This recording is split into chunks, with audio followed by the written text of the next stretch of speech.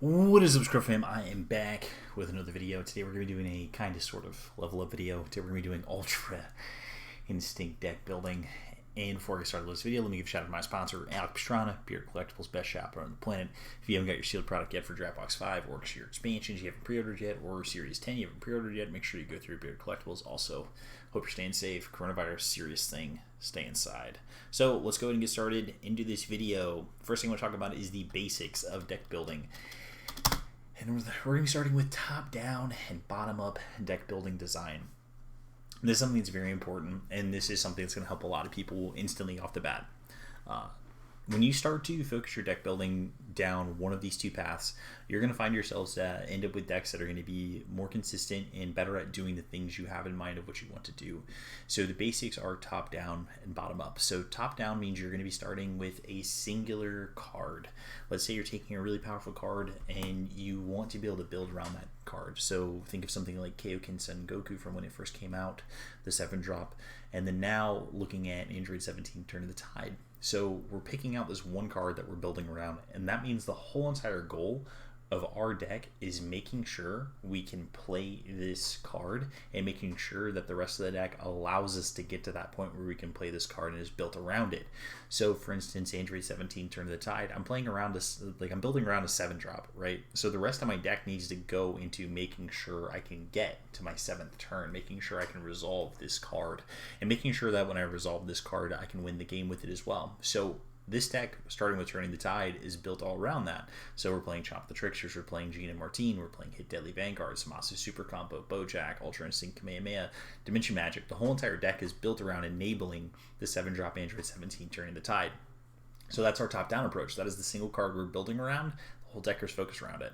Bottom up is more often than not going to mean you're focusing on a theme or an archetype, and you want to focus on maximizing that archetype the absolute most through adding in complementary cards. So right now, the main stars of the deck are Bergamo, Ro, Shapil, Universe Knight, Symbol.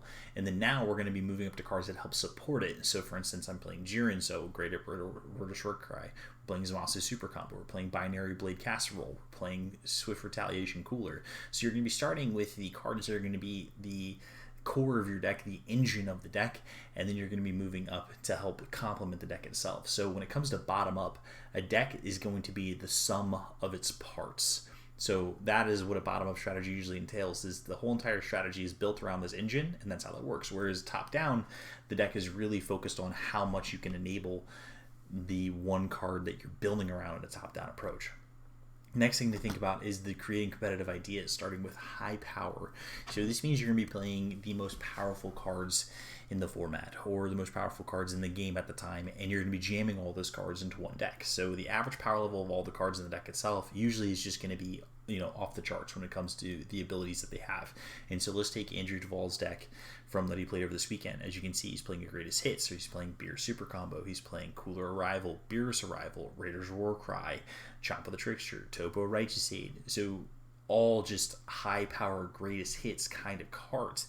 Another example could be the Surge Coup list that I have brewed right now, which is similar. It's similar to what Jonathan Rodriguez played, but it's again greatest hits. 4 Zamasu Super Combo, we're playing 4 Draw Apes, we're playing 4 Raiders War Cry, we're playing 4 Bergamo, we're playing 4 Topo, we're playing Exploiting Weakness, we're playing a Turning the Tide, we're playing Chilled the Cruel.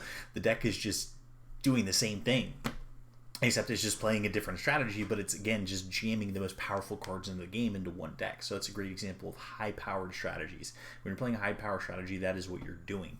The next thing to talk about would be high synergy. High synergy, a great example of that is going to be Angel's second place deck from the event where he played Jiren. Jiren is a high synergy deck where the deck's performance and the deck is a sum of its parts. So all of the cards work together to form an engine. That engine then enables the win conditions that Angel has set forth. So he's playing, Belmont, he's playing Jiren 10-drop, he's playing 9-drop Jiren, he's playing Salzino. So all his deck is trying to do is be a total sum of its parts to help propel it to that end game, and that's how it actually ends up winning games. It's just being so high synergy consistently doing the same thing every single game with these cards that all add together to create that end game.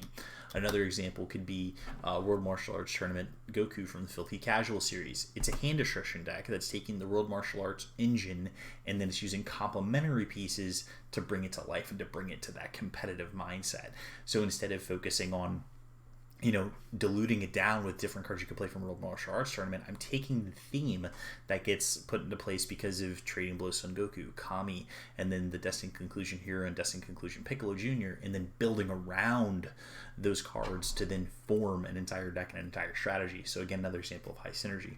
The next thing is going to be high power and high synergy. So Devin Butterworth, who placed in the top 8 of this weekend's event, as you can see, he played similar things where he was playing really strong cards, but he's including the Frieza engine in it too. So he's adding that bit of synergy to go along with the powerful cards to make the deck competitive. So again, he's not leaning into one direction too far or another. He's kind of combining both kind of strategies of playing the synergy of the Frieza engine plus playing the high power cards like Raiders Roar Cry, Cooler Arrival. He's playing Wii Super Combo and Beer Super Combo. So he's diluting the power to add that synergy into the deck itself. So this is an example of high power and high synergy. Another example would be from Filthy Casual, the Green Vegito deck. So it's playing a lot of powerful cards. Hit Deadly Vanguard, Son Goku and Son Gohan Sands of Earth, SS4 Apex of Power, Obuni, Vegeta the Cruel, Kakunsa. Really powerful cards, but it's also synergy because the deck gets better when the opponent doesn't have battle cards on their side of the board because that enables the leader. So the deck is built around that. It wants to be able to do that. So it wants to be able to limit the amount of battle cards in the opponent's side of the field to make our leader better. And then that's how we're also winning the game with cards like Ultra Instinct Son Goku, Bad Omen to deal damage to the opponent at the end of the game, Obuni. So, and then of course our leader is going to be the card that's more often than not going to be the closing card in the deck itself. So the deck is high power because all the cards it's playing is high power level, but it's also high synergy because it's all working together for this one singular purpose. So those are your competitive ideas in the three kind of categories they fall into: high power, high synergy, or high power and high synergy as well. So remember, as you're building your deck, if your deck's not falling into one of those buckets, if your deck doesn't feel powerful, if your deck doesn't feel like it has a lot of synergy, or it doesn't feel like it has power and synergy, then the deck more often than not just isn't going to be that good.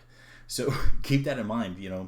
The best decks usually start with the best cards and you go from there, unless for some reason you're playing something like Jiren and the sum of the parts is going to kind of outweigh the powerful cards someone could play. That's something to think about as you move forward.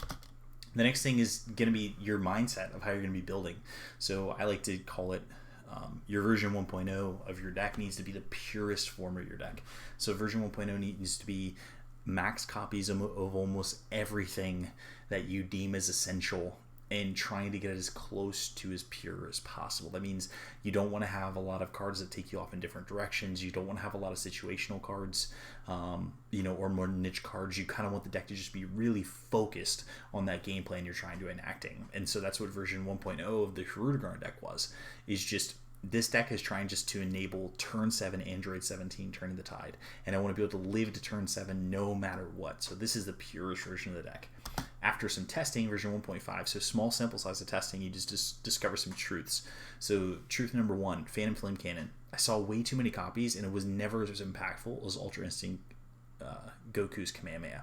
So Phantom Flame Cannon got cut for a Chill the Cruel.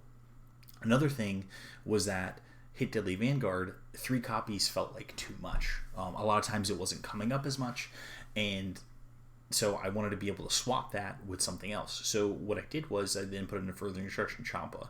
And this was, of course, based off of feedback from the YouTube video as well that were down in the comments. But so now I've added 2 win conditions on the deck. I've added Chill the Cruel. I've added further instruction Champa as ways to be able to help close out the game without sacrificing a lot of what I'm working towards. So that's just after a small sample size, some basic changes.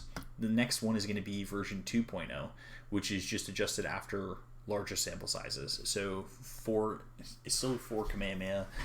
Phantom Flame Cannon is now down to 2 because of how situational it came up to be, and then Bojack is also down to 3. And then what I did was I then added 2 Frost Deadly Poison into the deck now, and then also we cut a Gene and Martine to add a second Chill the Cruel. So again, more win conditions to kind of help us win the game when we play Turning the Tide. So Bojack, goes down to 3 because I see too many copies of it. Gina Martine goes down to 3 because I want to be able to mix up with Frost Deadly Poison, and because I was losing games to Foo Shrouded and Mystery. So we want to be able to have an answer to that after testing. So we went from Purist to now, as you can see, the amount of cards is expanded in the deck itself. So this is going to be a more tuned version. And then, of course, we'll be doing med testing too. So just key points. Start with a top-down or a bottom-up approach.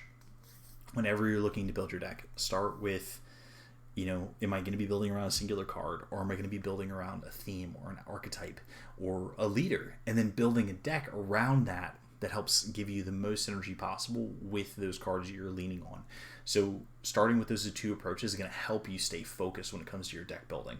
If everything in your deck when you start these approaches isn't enabling a card or isn't enabling the archetype or theme that you're going into, then you shouldn't have it on the list until you finish testing. The next thing is going to be breaking it down to your most competitive archetypes: high power, high synergy, and then high power and high synergy. These are going to be the decks that are the benchmark for being competitive. If your deck isn't checking any of these boxes, if it's not playing powerful cards, if it's not highly synergistic, and it's not high powered and it's not high synergy, then that deck isn't going to be competitive. That deck isn't going to be able to compete with other decks. And the next is going to be working from pure to tuned. So again, taking your deck from the purest form of it, running it through the gauntlet, running it through testing, and then tuning it, tweaking it, and getting it to that 50 cards that lines up with where you want to be, you know, moving forward. So you're not diluting the overall strategy that you want to do, but you want to also enable, you know, a higher win percentage through that tuning. And then the last thing I want everyone to keep in mind is just build with a singular goal in mind and keep it that way. A lot of times you see decks that are almost split in half. You know, they play 50% of the game one way and 50% of the game the next, or you'll play 2 different games with it and it'll draw 6 cards, and like the hands are completely different, and it makes the deck almost feel like you're playing 2 different decks whenever you're playing with it. You want to avoid that. You want everything in your deck to be building towards that goal that you had in mind, or that strategy you're trying to enact, or that card you're trying to enable. So making sure you're building with a singular goal in mind. Anyways, I hope these key points helped. I hope this video helped. I'll be doing more of these in the future because deck building is complicated. So I just wanted to go ahead and do a basic intro to the basic ways to start building a deck, the benchmarks of competitive decks, how you should be approaching your testing process, and then, of course, how you should be focusing on a singular mindset.